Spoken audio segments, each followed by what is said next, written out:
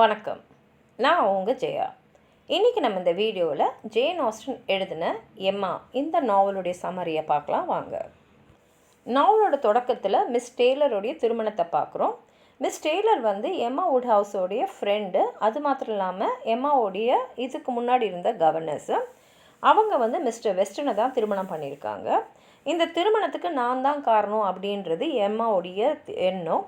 ஏன்னா அவங்க தான் அவங்களுடைய நட்புக்கு வந்து ரொம்ப உறுதுணையாக இருந்து திருமணம் போகிற வரைக்கும் நம்ம இருந்தோம் அப்படின்ற எண்ணம் எம்மாவோட மனசில் ரொம்ப ஆழமாக ஊண்டிடுது. அவங்க நினச்சிக்கிறாங்க நம்ம இந்த மாதிரி மேட்ச் மேக்கிங், அதாவது ஒருத்தருக்கு ஒருத்தர் வந்து திருமணம் ஏற்பாடு செய்யறதுல நம்ம ரொம்ப ரொம்ப திறமையானவங்க அப்படின்னு நினச்சிக்கிறாங்க. அதனால் அவங்க வீடு வந்து ஹார்ட்ஃபீல்டில் இருக்குது. அங்கே திரும்பி வந்துட்டு அப்புறம் யாரெல்லாம் சேர்த்து வைக்கலாம் அப்படின்றதுலேயே அவங்க எண்ணம் போகுது. ஏன்னா நம்ம அதில் வந்து ரொம்ப திறமை வாய்ந்தவங்களாக இருக்கும். ரெண்டு பேருக்குள் நடுவில் நல்ல நட்பாவையும் அதை திருமணம் வரைக்கும் எடுத்துன்னு போகிற ஆற்றலும் நமக்கு இருக்குதுன்னு நினைக்கிறாங்க. ஆனால் அவங்களுடைய நண்பரான மிஸ்டர் நைட்லி வந்து என்ன சொல்கிறாருன்னா, வேண்டாம், இது வந்து உனக்கு சரியாக வராது அப்படின்றாரு. மிஸ்டர் நைட்லி யாருன்னா, எம்மாவுடைய அக்காவான இசபெல்லாவை தான் அவருடைய சகோதரர் வந்து திருமணம் பண்ணியிருக்கார். அதனால் வந்து எம்மாவுக்கு அவர் வந்து அவரோட சகோதரர் வழியாக உறவினரும் கூட, அதே சமயத்தில் எம்மாவுக்கு நல்ல நண்பர். இப்போ என்ன ஆகிடுதுன்னா, எம்மா அதை கேட்குறதா இல்லை. அவள் முழுசாக நம்புகிறா. நம்மளால் வந்து யாருக்கு பொருத்தம், யார் மேலே விருப்பம் தெரிஞ்சு அவங்களுக்குள்ள ஒரு நட்பை உருவாக்க முடியும்னு நினைக்கிறதுனால அவங்க என்ன நினைக்கிறாங்கன்னா, அவளுக்கு புதுசாக ஒரு ஃப்ரெண்டு வராங்க, ஹாரியட் ஸ்மித்துன்னு. அவங்கள வந்து மிஸ்டர் எல்டன் வந்து அங்கே லோக்கல் விக்காராக இருக்காங்க. அவங்க 2 பேருக்கும் திருமணம் பண்ணிடணும் அப்படின்னு நினைக்கிறாங்க. இந்த நேரத்தில் தான் வந்து ஹாரியட்டுக்கிட்ட ராபர்ட் மார்ட்டின் ஒரு இளம் விவசாயி, அவர் வந்து எனக்கு உன்னை திருமணம் செய்கிறதுக்குன்னு உன்னை திருமணம் செஞ்சுக்கணும் எனக்கு ஆசையாக இருக்குன்னு சொல்லும் போது ஏமா என்ன சொல்லிடுறாங்கன்னா, ஹாரியட் கிட்ட வேணாம், இவர் வந்து சாதாரண ஒரு ஆள் தான். நான் வந்து உன்னை மிஸ்டர் எல்டன், அவர் வந்து லோக்கல் விக்கார், நல்ல பெரிய இடம், அங்கே தான் நான் உனக்கு வந்து திருமணம், அவர் தான் உனக்கு சரியானவர், நான் உனக்கு அவரே திருமணம் செய்ய வைக்கிறேன், அதனால் ராபர்ட் மார்ட்டினோட ப்ரப்போசலை ஏற்றுக்காது அப்படின்னுறாங்க. மிஸ்டர் எல்டன் எப்படின்னா, இப்போ சோஷியலாக வந்து சொசைட்டியில் கொஞ்சம் பெரிய ஆளாகிட்டே வந்துட்டுருக்கிறதுனால அவர் என்ன நினச்சிக்கிறாருன்னா, எம்மா வந்து ஹாரியட்காக மிஸ்டர் எல்டன் கிட்டே பேசுகிறாங்க.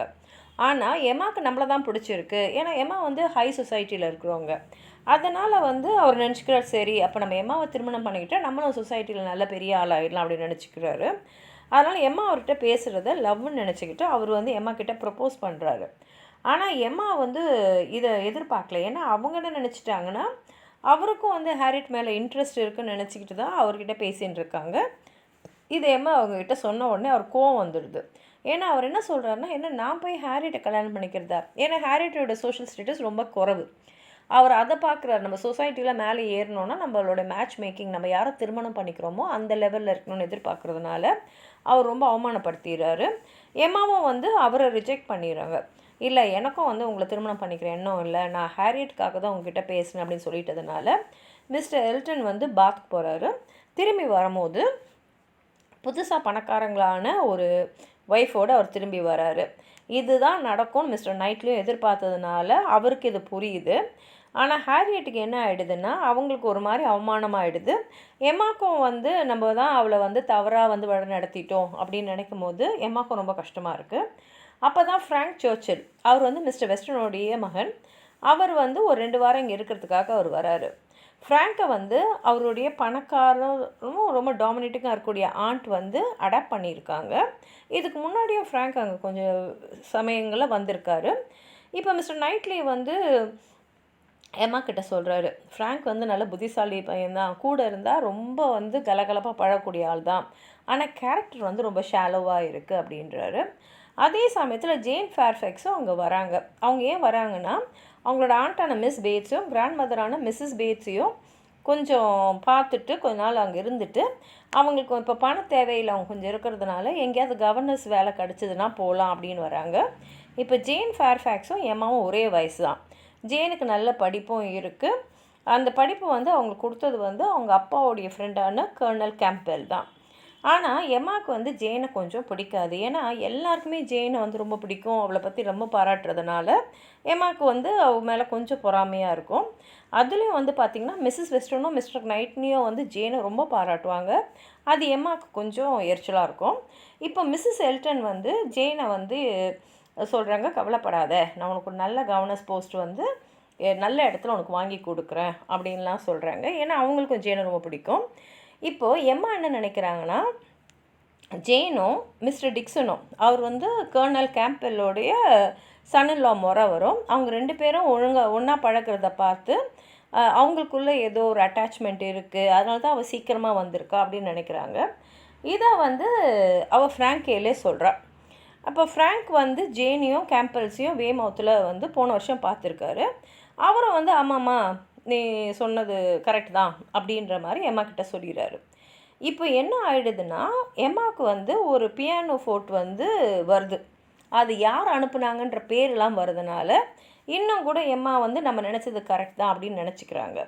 அதே சமயத்தில் எம்மா வந்து ஃப்ராங்கோடு பழக்கிறாங்க இல்லையா, அவங்களுக்கு ஃப்ராங்க் வந்து ரொம்ப பிடிச்சிடுது. ஏன்னா ஃப்ராங்க் வந்து ரொம்ப கலகலப்பாக பழகக்கூடிய ஆள், அதனால் வந்து ஃப்ராங்க்கை பிடிச்சிடுது. ஆனால் அந்த அட்டாச்மெண்ட் வந்து ரொம்ப நாள்லாம் இல்லை. இந்த நேரத்தில் தான் இந்த எல்சன் வரார் இல்லையா, அவர் வந்து ஒரு பப்ளிக்காக ஒரு பார்ட்டி மாதிரி நடக்குது. அந்த இடத்துல ஹாரியட்டை பார்த்துட்டு ஹாரியட்டை வந்து ரொம்ப கேவலமாக பேசிடுறாரு. இது வந்து ஹாரியட்டுக்கு ரொம்ப மனசு கஷ்டமாக இருக்குது. இதை பார்த்து நைட்லி அவர் எப்போதுமே வந்து இந்த மாதிரி பார்ட்டிக்கெலாம் வரும்போது டான்ஸ்லாம் ஆட மாட்டார். ஆனால் ஹாரியட் மனசு ரொம்ப கஷ்டப்படுறத பார்த்துட்டு ஹாரியட் கிட்டே போய் என்னோட டான்ஸ் ஆட முடியுமா அப்படின்னு கேட்டவுடனே ஹாரியட்டுக்கு ரொம்ப சந்தோஷமாயிடுது.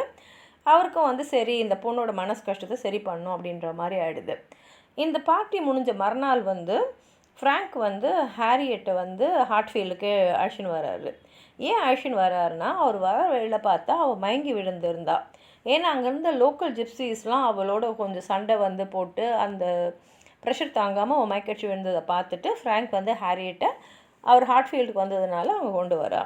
ஆனால் எம்மா என்ன நினச்சிக்கிறாருன்னா, ஃப்ராங்க்குக்கும் ஹாரியட் ரொம்ப பிடிச்சிருக்குன்னு. ஹாரியட்டுக்கும் வந்து ஃப்ராங்க் கிட்ட ஒரு நன்றி உணர்வு இருக்குது. ஏன்னா வந்து ரோட்டில் மயக்கம் கிடந்த நம்மளை வந்து தூக்கின்னு வந்து வச்சார் அப்படின்னு. ஆனால் இதையும் வந்து எம்மா வந்து ஒருவேளை ஹாரியட்டுக்கும் ஃப்ராங்கை பிடிச்சிருக்கு போல இருக்குது அப்படின்றத மனசில் நினச்சிக்கிட்டு சரி நம்ம 2 பேருக்கும் மேட்ச் மேக்கிங் பண்ணிடணும்னு முடிவு பண்ணுறாங்க. அதே சமயத்தில் மிஸ்ஸஸ் வெஸ்டர்ன் வந்து யோசிக்கிறாங்க, ஒருவேளை மிஸ்டர் நைட்லிக்கு வந்து ஜேனை பிடிச்சிருக்குமா, ஏன்னா வந்து ஜேனுக்கு வந்து எல்லாருமே பிடிக்கும், அதே மாதிரி தான் மிஸ்டர் நைட்லிக்கும் பிடிக்கும். ஆனால் இவங்க அப்படி நினைக்கும் போது எம்மா சொல்கிறாங்க இல்லை இல்லை அப்படிலாம் இருக்காது அப்படின்றத எம்மா வந்து சொல்கிறாங்க. அதே சமயத்தில் நைட்லி என்ன சொல்கிறாருன்னா, ஏதோ ஒன்று ஜேனுக்கும் ஃப்ராங்க்குக்கும் நடுவில் ஏதோ ஒன்று போகிற மாதிரி எனக்கு தோணுது, அவங்களுக்குள்ளே ஏதோ ஒரு கனெக்ஷன் இருக்குன்னு போது எம்மா சொல்கிறாங்க இல்லை இல்லை, ஏன்னா அவங்க வந்து நினச்சிட்டு இருக்காங்க ஃப்ராங்க் வந்து நம்மக்கிட்ட தான் நெருங்கி பழகுறாரு, அதனால் அவருக்கு நம்மளை தான் பிடிச்சிருக்கு அப்படின்ற மாதிரி அவங்க நினச்சிட்டு இருக்கிறதுனால அவங்க என்ன நினைக்கிறாங்கன்னா, ஃப்ராங்க் நம்மளை தான் விரும்புகிறாரு, அப்போ எப்படி ஜேனை விரும்ப முடியும் அப்படின்னு நினைக்கிறாங்க. அதே சமயத்தில் ஒரு கேதரிங் மாதிரி டான்வெல் நடக்குது. அங்கே ஃப்ராங்க் லேட்டாக வராரு, ஜேன் வந்து சீக்கிரமாகவே அங்கேருந்து போயிடுறாங்க. அடுத்த நாளில் வந்து பாக்ஸில் அது ஒரு நல்ல ஸ்பாட்டு, அங்கே ஃப்ராங்க்கும் எம்மாவும் வந்து ஜோக் பண்ணிகிட்ருக்காங்க. என்னென்னா அந்த ஜோக்கில் என்ன பண்ணிடுறாங்கன்னா, மிஸ் பேட்ஸை வந்து அவங்க கொஞ்சம் இன்சல்ட் பண்ணிடுறாங்க. ஆனால் அது வேணுன்ட்டே செய்யலை, தெரியாதனமாக ஒரு ஜோக்கில் வந்து அவங்க இன்சல்ட் பண்ணுறது தான். இதை பார்த்தா மிஸ்டர் நைட்லி வந்து எம்மா வந்து திட்டுறாரு, நீ இந்த மாதிரி வந்து மிஸ் பேட்ஸை வந்து இன்சல்ட் பண்ணியிருக்க அப்படின்னு சொல்லும் போது அவங்களுக்கு ரொம்ப கஷ்டமாக போயிடுது. நம்ம பண்ண தப்புன்னு தெரிஞ்சுட்டு மறுநாள் வந்து மிஸ் பேட்ஸை போய் பார்க்குறாங்க. பார்த்துட்டு நான் ரொம்ப தப்பாக நடந்துக்கிட்டேன், என்னை மன்னிச்சிடுங்க அப்படின்னு சொல்லிட்டு மன்னிப்பு கேட்டு வராங்க. இதை தெரிஞ்ச மிஸ்டர் நைட்லிக்கு அவங்களுடைய அந்த செயல் வந்து ரொம்ப பிடிச்சிடுச்சு. அந்த சமயத்தில் தான் எம்மா வந்து ஒரு விஷயம் தெரிஞ்சுக்கிறாங்க. அதாவது ஜேனுக்கு வந்து மிஸ்ஸஸ் எல்டன்ஸோட ஃப்ரெண்டோடைய ஒரு இடத்துல வந்து ஒரு கவர்னன்ஸ் போஸ்டிங் கிடச்சிருக்கு அப்படின்னு தெரிஞ்சிருது. அதனால் சரி அவளை போய் பார்க்கலான்னு சொல்லிட்டு போகும்போது ஜேன் அப்போ உடம்பு சரியில்லாமல் இருக்காங்க. அவங்க வந்து எம்மாவை பார்க்குறதுக்கோ இல்லை அவங்க கொடுக்குற கிஃப்ட்டை கூட வேணான்னு சொல்லிடுறாங்க. அதே சமயத்தில் ஃப்ராங்க் வந்து அவங்க ஆண்ட்டை தான் பார்க்க வந்திருக்காரு இல்லையா, அந்த ஆண்ட் வந்து இறந்துடுறாங்க. அவங்க இறந்துட்ட அப்புறம்தான் எல்லாருக்குமே தெரிய வருது, ஃப்ராங்க்கும் ஜேனும் வந்து என்ன வந்து அவங்க ஆக்சுவலாக வெஸ்டர்ன்ஸ்கில் சொல்கிறாங்க, இது எல்லாருக்கும் வருது, இந்த மாதிரி யாருக்கும் தெரியாமல் கடந்த ஆட்டன் மாதம் வந்து என்கேஜ்மெண்ட் பண்ணியிருக்காங்க, 2 பேருக்கும் பிடிச்சிருக்கு, அதனால் அவங்களுக்குள்ள ஒரு என்கேஜ்மெண்ட் பண்ணிட்டாங்க. ஆனால் கண்டிப்பாக இதை வந்து அவரை அடாப்ட் பண்ண அவங்களுடைய ஆண்ட் வந்து இதுக்கு ஒத்துக்க மாட்டாங்க அப்படின்றது தெரிஞ்சதுனால அவங்க என்ன பண்ணிடுறாங்கன்னா, சரி இப்போதைக்கு நம்ம என்கேஜ்மெண்ட்டை யார்கிட்டையும் சொல்ல வேணாம் அப்படின்னு அவங்க இருந்திருக்காங்க. ஆனால் இது வந்து ஜேனுக்கு பிடிக்கல. அதனால் அவங்களுக்குள்ள ஒரு சண்டை வருந்ததுனால ஜேன் சொல்கிறாங்க, நீங்கள் வெளிப்படையாக வந்து நம்ம 2 பேரும் என்கேஜ்மெண்ட் பண்ணதை சொல்கிறதுக்கு பிடிக்கலன்னா இந்த என்கேஜ்மெண்ட்டை முடிச்சிக்கலாம் அப்படின்னு சொல்லிட்டு வந்துடுறாங்க. ஆனால் இப்போ அவங்க ஆண்ட் இறந்துட்டதுனால ஃப்ராங்க்கும் வந்து இப்போ சொல்லிடுறாரு. அவருடைய அங்கிளுக்கு அதெல்லாம் ஒன்றும் இல்லை. அவர் சொல்கிறார், உனக்கு பிடிச்சிருக்கா, சரி சந்தோஷமாக இருங்கன்னு சொல்லிட்டு அவர் ப்ளஸ் பண்ணிடுறாரு. இப்போ அந்த என்கேஜ்மெண்ட் வந்து எல்லாருக்குமே சொன்ன உடனே எம்மாவுக்கு இப்போ தான் தெரியுது. அதாவது மிஸ்டர் நைட்லி ஏற்கனவே இதை சொன்னார். ஆனால் அவங்க வந்து இல்லை ஃப்ராங்க் நம்மக்கிட்ட தானே நல்லா பேசிக்கிட்டு இருக்கான், அதனால் நம்மளை தான் பிடிச்சிருக்கு அப்படின்னு நினச்சதுனால அவங்க இப்போ நினச்சிக்கிறாங்க, நம்ம எவ்வளோ தப்பாக வந்து ஒருத்தவங்களுடைய இன்டென்ஷன்ஸையும் நம்ம இது வரைக்கும் புரிஞ்சுட்டு இருக்கோம் அப்படின்னு நினச்சிக்கிறாங்க. எம்மா வந்து என்ன நினச்சிக்கிறாங்கன்னா, ஐயோ இப்போ ஃப்ராங்க்குக்கு வந்து ஜேனோட என்கேஜ்மெண்ட் ஆனதுனால நம்ம ஹேரியட்டுக்கு அவங்க பிடிச்சிருக்குன்னு நினச்சோமே, அப்போ ஹேரியட் மனசு உடஞ்சி போயிருப்பாளே அப்படின்னு அவர் நினச்சிட்டு வந்து ஹேரியட் கிட்டே பேசும்போது ஹேரியட் சொல்கிறா, இல்லை எனக்கு ஃப்ராங்க் மேலே வந்து ஒரு நன்றி உணர்வு தான், அவ்வளோதான், அதுக்கு மேலே இல்லை. ஆனால் எனக்கு யார் ரொம்ப பிடிச்சிருக்குன்னா மிஸ்டர் நைட்லியே தான் பிடிச்சிருக்கு. மிஸ்டர் நைட்லி வந்து ரொம்ப சோஷியல் ஸ்டேட்டஸில் ரொம்ப ஹைன்னு எனக்கு தெரியும். ஆனால் அவர் என் மேலே ரொம்ப அன்பாக இருக்கார். அது மாத்திரம் இல்லாமல் நீங்கள் என்கிட்ட ரொம்ப என்கரேஜிங்காக இருக்கீங்க இல்லையா, நீ வந்து ரொம்ப அழகாக இருக்க, அதனால் நீ வந்து ஹை சொசைட்டியில் யாரையாவது திருமணம் பண்ணிக்கணும்னு நீங்கள் சொன்னதுனால எனக்கு மிஸ்டர் நைட்லியை தான் திருமணம் பண்ணிக்கணும்னு ஆசையாக இருக்குது. ஏன்னா அவரும் என்கிட்ட ரொம்ப அன்பாக இருக்கார் அப்படின்னு கேட்கும்போது எம்மாவுக்கு வந்து அது ஷாக்கிங்காக இருக்குது.